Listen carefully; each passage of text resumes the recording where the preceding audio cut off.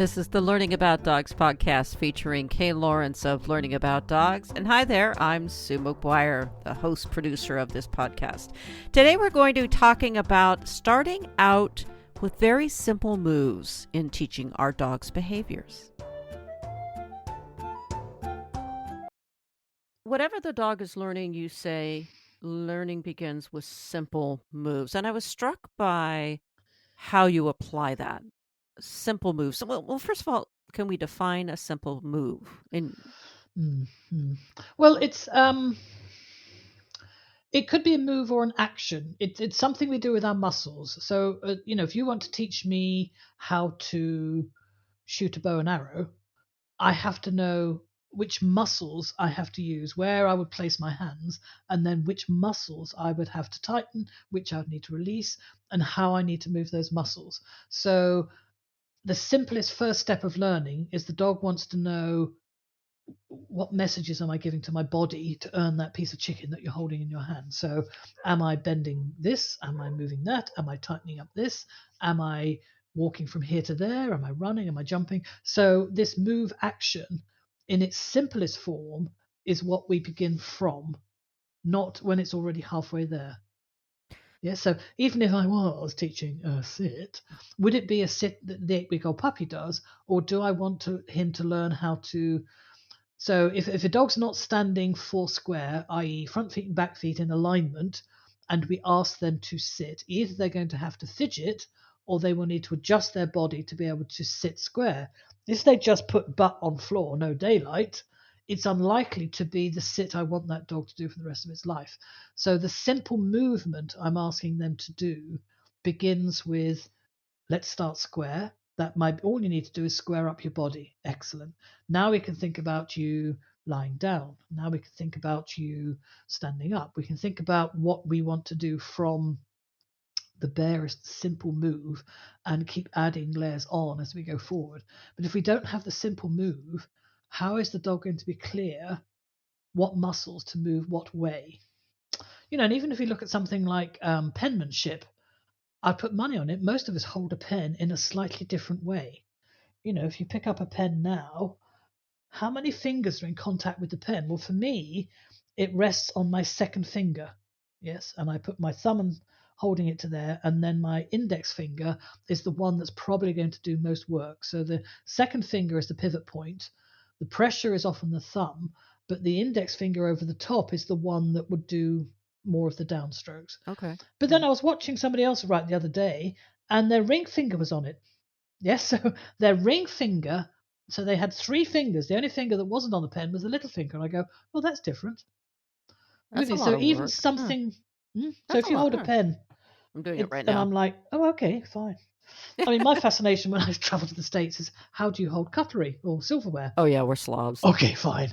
I think of, blimey, Riley, you can't hold a fork. Oh, my goodness, no, you can't do that. And the whole, do you hold a knife like a pen or like a knife? Yeah. And then the whole swap and what have you thing is like, we just sit at the table and go, goodness me, yes, okay, fine. Yeah. And elbows are all over the place. And it's like, okay. So, as youngsters, we had to learn the simplest of moves, how to hold the cutlery.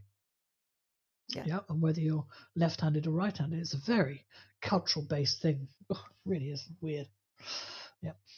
I'm going to use my hands for eating from now on in front of you just to annoy the heck out of you. Oh, I've used hands. Yeah. But even if you did it what I call the British style, my knife in my right hand, my fork in my left, the one that travels food to the mouth is my left hand, my fork. Excellent, I'm left-handed. Oh, okay. Now, if you're a right-handed person, you would do knife and fork, chop, chop, chop, chop, chop, swap fork to right hand. So your right hand goes to your mouth. Yes. Okay. But then if you get a spoon and fork, which is normal over here rather than just a spoon, the spoon would be in your right hand. Like so, oh no, not for me. My spoon's in my left hand as well. It's like there's no logic to your dominant hand is the one that goes to your mouth. And it's not about, a hygiene thing that one hand does one thing and another hand does something else. Or and I can chop with both hands, with a proper sharp knife. I will use both hands to chop tomatoes. I don't worry about that. But if you've only ever done it with one hand, it's almost like it's the actual mechanism. So if you have always eaten with food in your right hand going to your mouth, Just think about that process of your left hand doing it. First of all, you need the simplest of moves, how to hold the tool. Yeah. Huh. How So, to hold the tool. okay, so going back to the thing that I've kind of been a head scratcher about is when you say simplest move, as the handler, what am I looking at? What should I be looking at? The simplest move, or information that we've got the flop into the sit or the down. That's it's not smooth. It's not clean. It's not. It's kind of lumpy, clumpy. Uh, So, one thing I like to teach, which other people seem to think is very complicated, is I like to teach what people call the cantilever down, or the dog standing four square and they look like they drop backwards. So the spine is oh, level. okay. Most of the work comes out the elbows and hips, not out the feet moving.